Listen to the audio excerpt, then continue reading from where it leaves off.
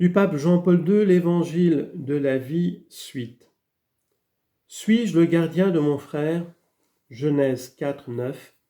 Une conception pervertie de la liberté. Le panorama que l'on a décrit demande à être connu non seulement du point de vue des phénomènes de mort qui le caractérisent, mais encore du point de vue des causes multiples qui le déterminent. La question du Seigneur « Qu'as-tu fait ?» semble être comme un appel adressé à Caïn pour qu'il dépasse la matérialité de son geste homicide afin d'en saisir toute la gravité au niveau des motivations qui en sont à l'origine et des conséquences qui en découlent. Les choix contre la vie sont parfois suggérés par des situations difficiles ou même dramatiques, de souffrance profonde, de solitude, d'impossibilité d'espérer une amélioration économique, de dépression et d'angoisse pour l'avenir. De telles circonstances peuvent atténuer même considérablement la responsabilité personnelle et la culpabilité qui en résultent chez ceux qui accomplissent ces choix en eux-mêmes criminels. Cependant, le problème va aujourd'hui bien au-delà de la reconnaissance, il est vrai nécessaire, de ces situations personnelles. Le problème se pose aussi sur les plans culturels, social et politique. Et c'est là qu'apparaît son aspect le plus subversif et le plus troublant, en raison de la tendance toujours plus largement admise à interpréter les crimes en question contre la vie comme des expressions légitimes de la liberté individuelle que l'on devrait reconnaître et défendre comme de véritables droits. On en arrive ainsi à un tournant aux conséquences tragiques dans un long processus historique qui, après la découverte de l'idée des droits humains comme droit inné de toute personne, antérieure à toute constitution et à toute législation des États, se trouve aujourd'hui devant une contradiction surprenante. En un temps où l'on proclame solennellement les droits inviolables de la personne et où l'on affirme publiquement la valeur de la vie, le droit à la vie lui-même est pratiquement dénié et violé, spécialement à ces moments les plus significatifs de l'existence que sont la naissance et la mort. D'une part, les différentes déclarations des droits de l'homme et les nombreuses initiatives qui s'en inspirent montrent, dans le monde entier, la progression d'un sens moral plus disposé à reconnaître la valeur et la dignité de tout être humain en tant que tel, sans aucune distinction de race, de nationalité, de religion, d'opinion politique ou de classe sociale. D'autre part, dans les faits, ces nobles proclamations se voient malheureusement opposer leur tragique négation.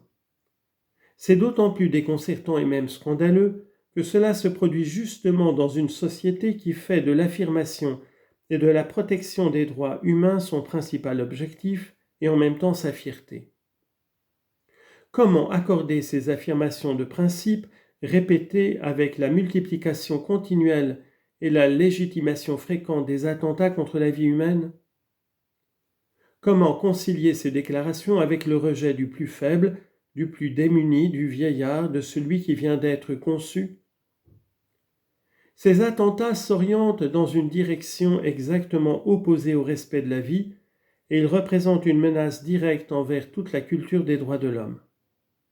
À la limite, c'est une menace capable de mettre en danger le sens même de la convivialité démocratique. Au lieu d'être des sociétés de vie en commun, nos cités risquent de devenir des sociétés d'exclus, de marginaux, de bannis, d'éliminés. Et si l'on élargit le regard à un horizon planétaire, comment ne pas penser que la proclamation même des droits des personnes et des peuples, telle qu'elle est faite dans de hautes assemblées internationales, n'est qu'un exercice rhétorique stérile tant que n'est pas démasqué l'égoïsme des pays riches qui refusent aux pays pauvres l'accès au développement ou le subordonnent à des interdictions insensées de procréer, opposant ainsi le développement à l'homme. Ne faut-il pas remettre en cause les modèles économiques adoptés fréquemment par les États, notamment conditionnés par des pressions de caractère international qui provoquent et entretiennent des situations d'injustice et de violence dans lesquelles la vie humaine de populations entières est avilie et opprimée ? Où se trouvent les racines d'une contradiction si paradoxale? Nous pouvons les constater à partir d'une évaluation globale d'ordre culturel et moral, et en commençant par la mentalité qui, exacerbant et même dénaturant le concept de subjectivité, ne reconnaît comme seul sujet de droit que l'être qui présente une autonomie complète, ou au moins à son commencement, et qui échappe à une condition de totale dépendance des autres. Mais comment concilier cette manière de voir avec la proclamation que l'homme est un être indisponible?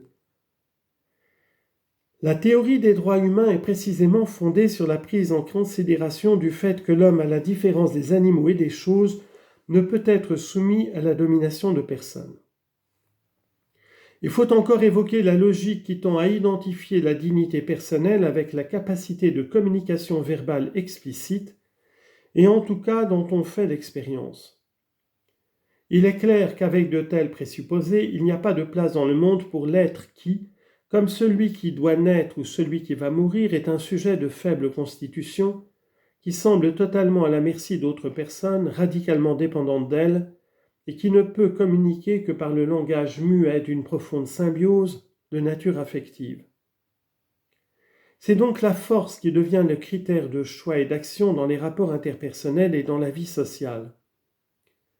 Mais c'est l'exact contraire de ce que, historiquement, l'État de droit a voulu proclamer en se présentant comme la communauté dans laquelle la force de la raison se substitue aux raisons de la force.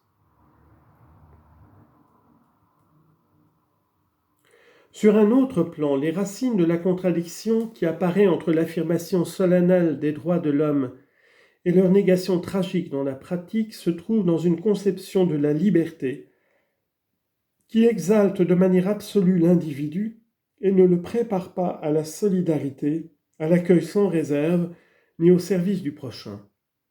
S'il est vrai que, parfois, la suppression de la vie-naissance ou de la vie à son terme est aussi tributaire d'un sens mal compris de l'altruisme ou de la pitié, on ne peut nier que cette culture de mort dans son ensemble révèle une conception de la liberté totalement individualiste qui finit par être la liberté des plus forts, s'exerçant contre les faibles près de succomber. C'est dans ce sens que l'on peut interpréter la réponse de Caïn à la question du Seigneur « Où est ton frère Abel ?» « Je ne sais pas. Suis-je le gardien de mon frère ?» Oui, tout homme est le gardien de son frère, parce que Dieu confie l'homme à l'homme. Et c'est parce qu'il veut confier ainsi l'homme à l'homme que Dieu donne à tout homme la liberté, qui comporte une dimension relationnelle essentielle. C'est un grand don du Créateur, car la liberté est mise au service de la personne et de son accomplissement par le don d'elle-même et l'accueil de l'autre. Au contraire, lorsque sa dimension individualiste est absolutisée, elle est vidée de son sens premier, sa vocation et sa dignité même sont démenties. Il est un autre aspect encore plus profond à souligner. La liberté se renie elle-même, elle se détruit et se prépare à l'élimination de l'autre quand elle ne reconnaît plus et ne respecte plus son lien constitutif avec la vérité. Chaque fois que la liberté, voulant s'émanciper de toute tradition et de toute autorité, qu'elle se ferme même aux évidences premières d'une vérité objective et commune, fondement de la vie personnelle et sociale, la personne finit par prendre pour unique et indiscutable critère de ses propres choix, non plus la vérité sur le bien et le mal, mais seulement son opinion subjective et changeante, ou même ses intérêts égoïstes et ses caprices. Ainsi, cette conception de la liberté, avec cette conception de la liberté, la vie en société est profondément altérée. Si l'accomplissement du moi est compris en termes d'autonomie absolue, on arrive inévitablement à la négation de l'autre, ressenti comme un ennemi dont il faut se défendre. La société devient ainsi un ensemble d'individus placés les uns à côté des autres, mais sans lien réciproque. Chacun veut s'affirmer indépendamment de l'autre, ou plutôt veut faire prévaloir ses propres intérêts. Cependant, en face d'intérêts comparables de l'autre, on doit se résoudre à chercher une sorte de compromis si l'on veut que le maximum possible de liberté soit garanti à chacun dans la société.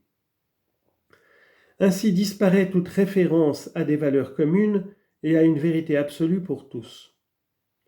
La vie sociale s'aventure dans les sables mouvants d'un relativisme absolu.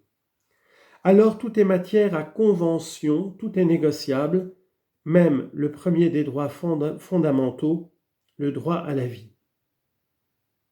De fait, c'est ce qui se produit aussi dans le cadre politique proprement dit de l'État. Le droit à la vie originelle et inaliénable est discuté ou dénié en se fondant sur un vote parlementaire ou sur la volonté d'une partie, qui peut même être la majorité de la population. C'est le résultat néfaste d'un relativisme qui règne sans rencontrer d'opposition. Le droit cesse d'en être un parce qu'il n'est plus fermement fondé sur la dignité inviolable de la personne et qu'on le fait dépendre de la volonté du plus fort.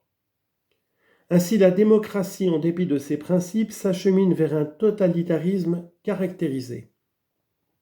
L'État n'est plus la maison commune où tous peuvent vivre selon les principes de l'égalité fondamentale. Mais s'il se transforme en État tyran qui prétend pouvoir disposer de la vie des plus faibles et des êtres sans défense, depuis l'enfant non encore né jusqu'au vieillard, au nom d'une utilité publique qui n'est rien d'autre en réalité que l'intérêt de quelques-uns.